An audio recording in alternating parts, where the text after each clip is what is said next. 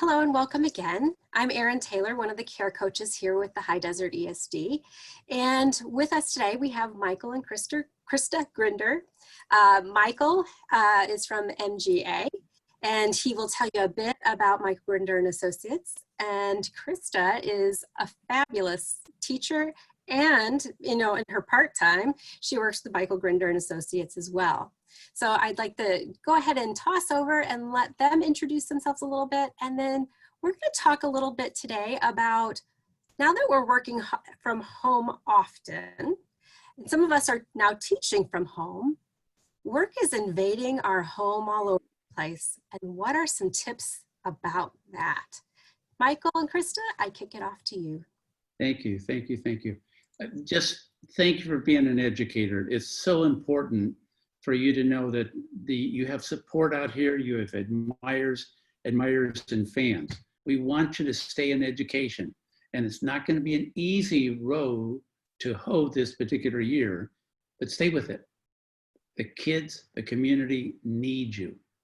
At MGA, Michael Grinder and Associates, we try to make sure that we are committed to reversing the trend of overtraining and under-implementing. Anything we teach, you'll find many free things on our website, on YouTube, to reinforce your learning. So thank you for coming and letting us be part of what you're learning out there in the high desert. And my name is Krista Grinder, and I have been in education for over 25 years in a few states: California, Washington, Missouri, and back to Washington in several different positions, from kindergarten all the way through middle school, 7th grade. So having that kind of a background, and currently being in the school district right now, and with everything that's going on, and how do we preserve ourselves? And I think, Erin, that's what the key is. How do we preserve ourselves through this new normal? So thank you for having us with you today. I'm going to go ahead and share my screen, if that's okay.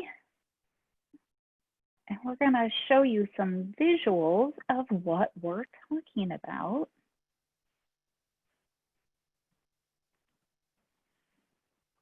Preserving ourselves.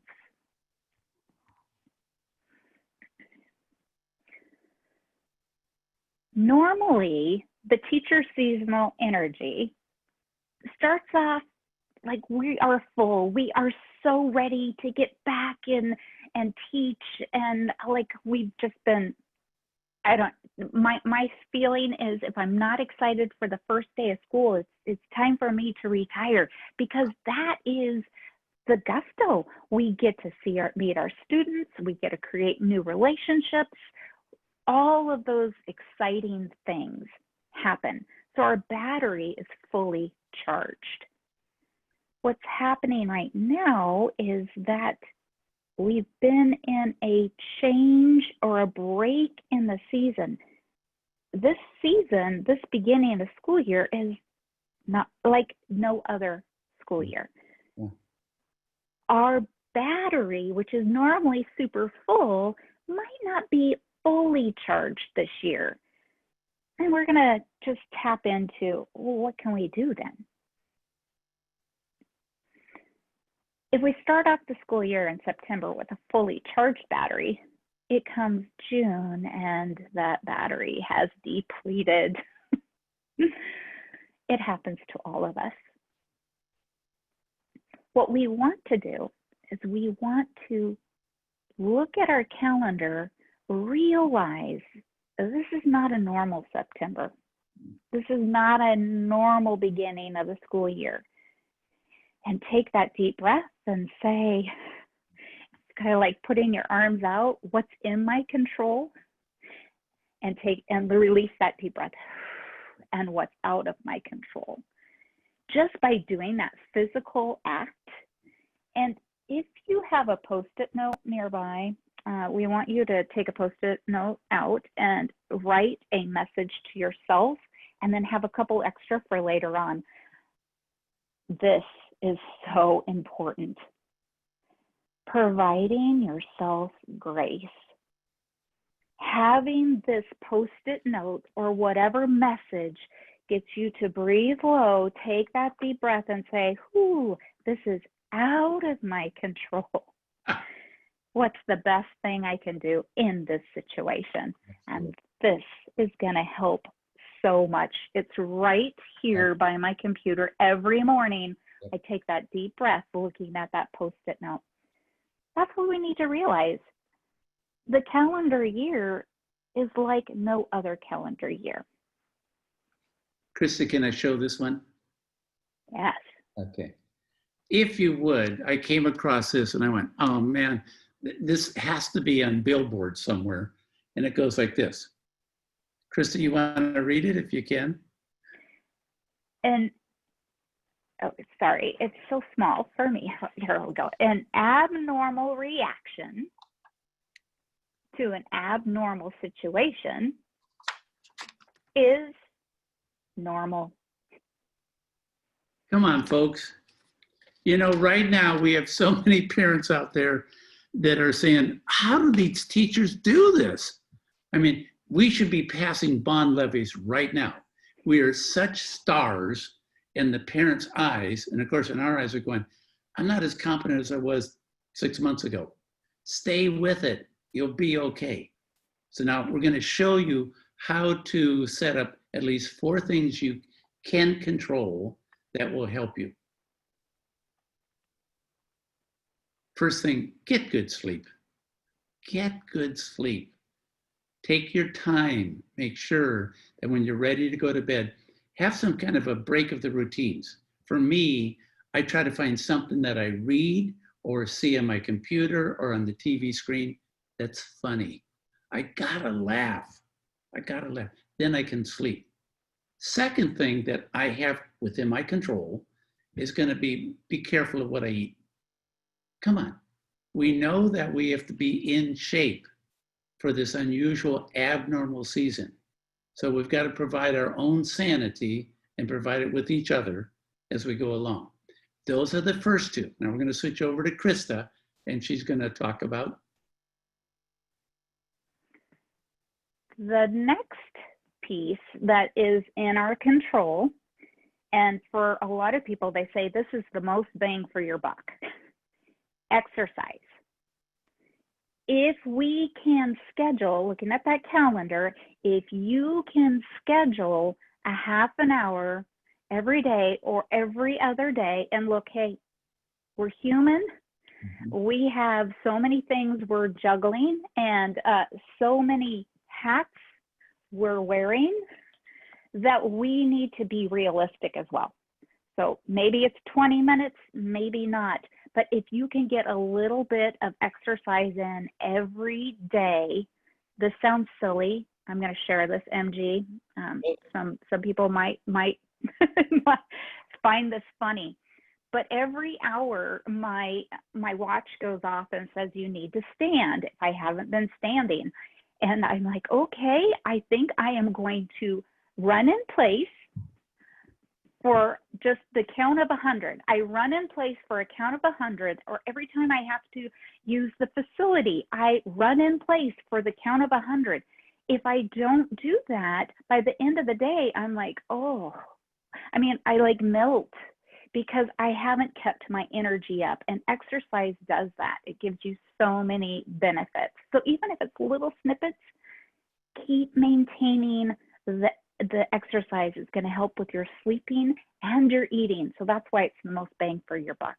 And Krista, I have a new one I haven't shared with you before. As you know, I have a tree farm, so I have to walk a lot.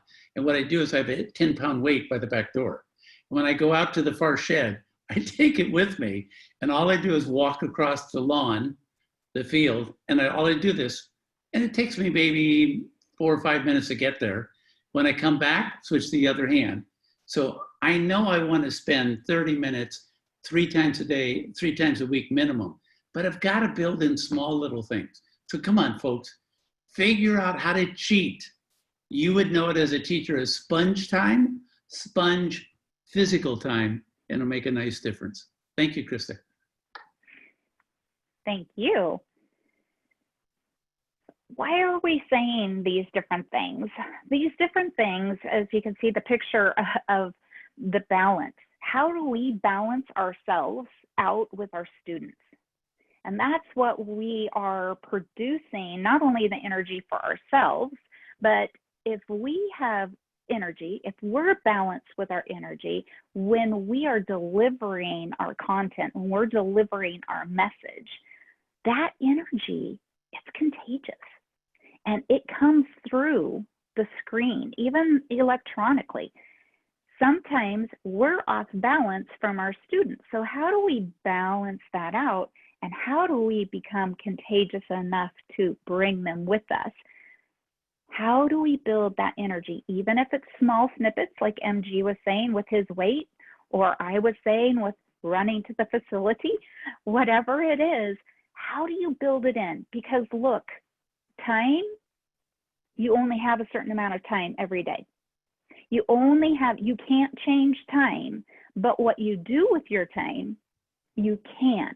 How do you build these things in to make it easier for you? And this creates our energy level to balance out. Okay, we put this here just to say, yes, we acknowledge even doing all these things, the battery might not be fully charged. That's okay. That's okay. Just keep trying.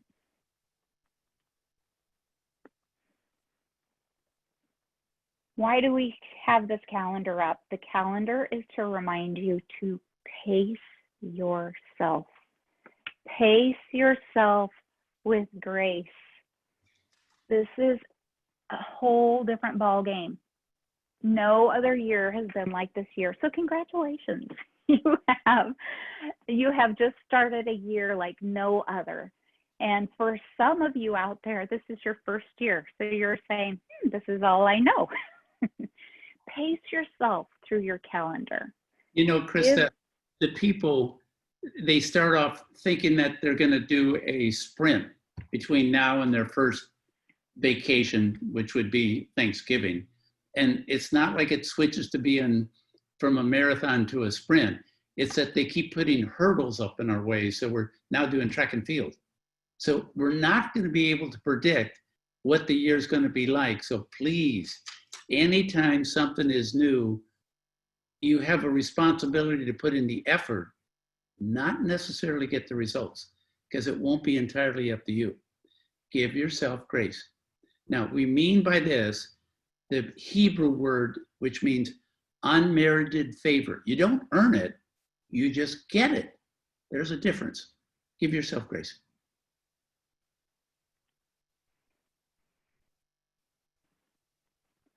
How do we balance ourselves? Like we were saying, we only have a certain amount of time. So how do we balance our energy throughout the day? And this goes to a Cheetos commercial, which goes to a song. We're going to attempt to play it, and I apologize. I didn't have this set up ahead of time, so I'm hoping that the sound goes through. Amber, you can let me know on this. But this commercial talks about how do we preserve that energy that we're building. Here's a song to help you with that. Cheetos has popcorn now? Hey, I'm gonna need you to... Never mind. You can't touch this. Help! You can't touch this. You can't touch this. You can't touch this. I trust you. Stop. Hammer time. I touched it. New Cheetos popcorn. It's a Cheetos thing. Okay, it's kind of ironic that we are showing a Cheetos commercial after we talked about a balanced meal and eating right, but it has the message of there are things we can't touch. Right now, how to preserve our energy, we need to be paying attention to what we are touching and what that does to us. So MG is going to go into more details on this. When you are presenting digitally, this is true when in person, but especially digitally, you've got to make sure that your elbows are not resting on furniture. If I rest on the side of my chair like this, if I rest on my table in front of me, if I do any kind of resting, it changes my voice pattern, it changes my breathing, and it doesn't work. So we're going to take Cheetos and we're going to pretend you can't touch furniture when you're communicating. So if my hands are down like this and I'm resting on my lap, resting my elbows on the arms of the chair, and I try to talk to you, I don't have a lot of oomph. My passion won't come through. But as soon as I release my elbows and have my hands come into play, you're going to find that you have more energy, your voice projects better, you're going to pause even better. Come on, folks. You can't touch this. When you're presenting digitally, no touch of arms and elbows when presenting.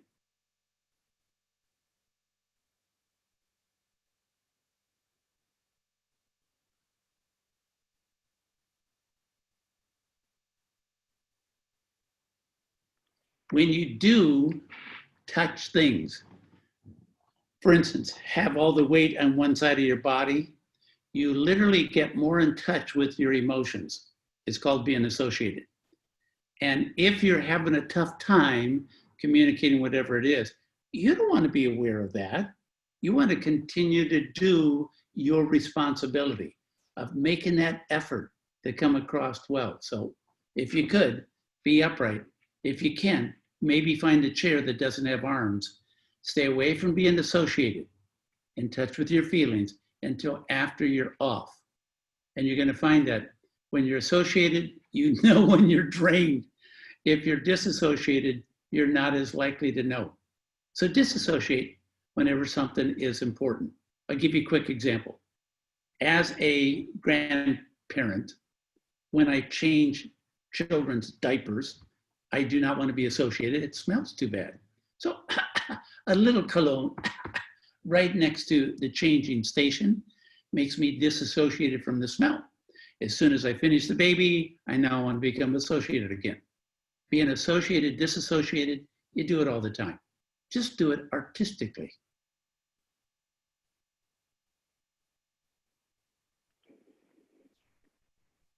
I like the comment of the baby diaper change with 2 grandbabies myself. So yes, thank you, MG, for that tip. We talked about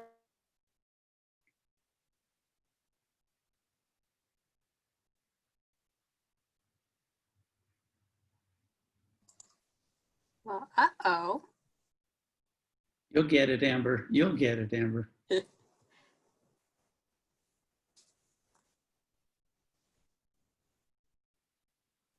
if you're teaching high school, such as this picture is representing, you're really delivering information to more like, right?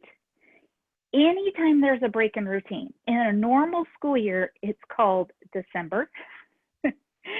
It's called springtime when the sun finally comes out in the great north, in the Pacific Northwest. It's the month before school gets out. Anytime there's those break-in routines, or for snowfall, there might be times that we can put on the calendar these breaks, and there's other times that, oh, here we go. For snowfall, okay, our high schoolers are now acting more like middle schoolers. And we're like, wait, what happened?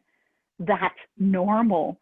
If we go, okay, if that's normal, I now know, oh, this is going to be that kind of a day. It helps you to breathe low. Instead of trying to fight against it, you embrace it and you go with it. That's what the beginning of this year is embracing and going with it. What's in our control, what's not in our control. This break is out of our control. So what can we do? Our kids are going to act different. If you're teaching middle school, guess what? 5-year age regression, it's almost like you're teaching elementary, kindergartners. And kindergarten teachers, guess what? If you're teaching kindergarten, you're really, yes, back to what MG was saying about the diapers. That age regression helps us realize, okay, we're on track, as opposed to, whoa, what has just happened? What can we do? Take a deep breath and embrace that.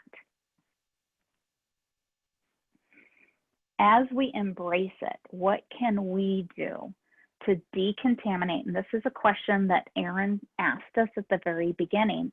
With us working in our homes now, how do we separate our professional, I'll consider this profession, our professional life to our personal life? How do we switch from business to party after, or whatever, birthday party after for us? And it's going to be, how do we decontaminate our home? Mm-hmm. Mm-hmm. Here's our home. How are we going to decontaminate? And MG is going to talk a little bit about this. There's 2 spots or activities. Please, please, please make as positive as possible. The first one we're going to show you on the screen is going to deal with the idea of, where does the family get together and eat? Try to make that as positive as possible. Try not to have electronics. Try not to have your phone, Kindle, television on when you're eating. Be present, and you'll be amazed that you'll notice your food much more. The second area that you want to keep really almost sacred is where you sleep. So make sure bed is for sleeping. That includes when you have to bawl out a child, don't send them to their room. Don't send them to their room. Don't contaminate the bedroom. Send them somewhere else. It'll make a very nice difference. Keep those 2 spots extremely positive, and you're going to be amazed that your energy level will go up. 2 things we all want: time and energy. There's a connection. If you know how to do one, you'll end up having more energy, even though you don't have any more time.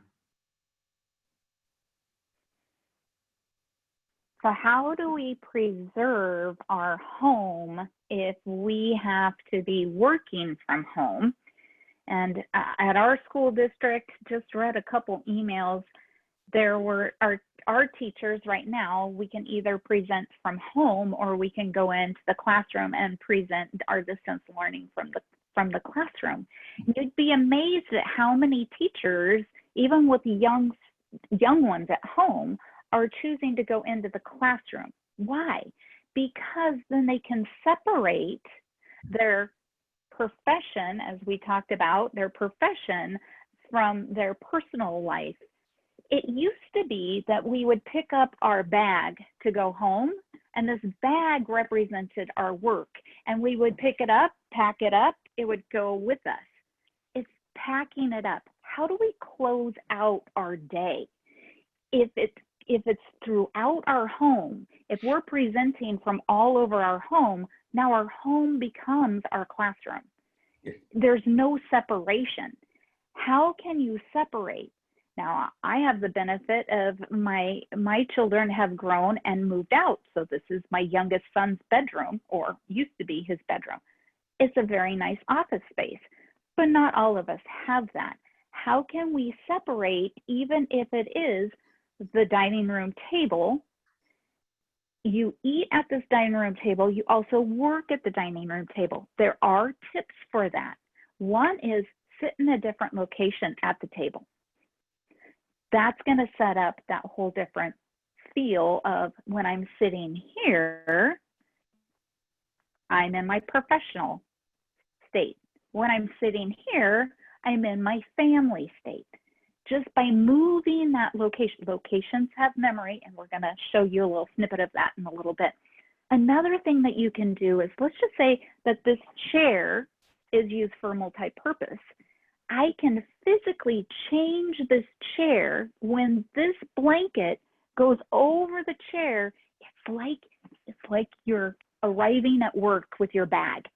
This blanket becomes, now I am exiting from being a mom, a wife, a partner, whatever. I am now entering being an educator. This chair is now my educator chair. And this is going to date me, but there's that Beam Me Up Scotty, where in Star Trek, they could go through. That's what we really want you to create, is setting up an area for your personal life and an area for your professional life. And if they overlap, how do you make sure that there is a nonverbal, there's a physical action that separates it for you? Once I'm done with a day, this goes away. Like MG said, our electronics need to go away. It used to be that I would check my work email at night. I no longer do that. This is only for personal things after a certain hour. We have to set our hours now. How do we separate, as MG said, the connection? How do we separate that?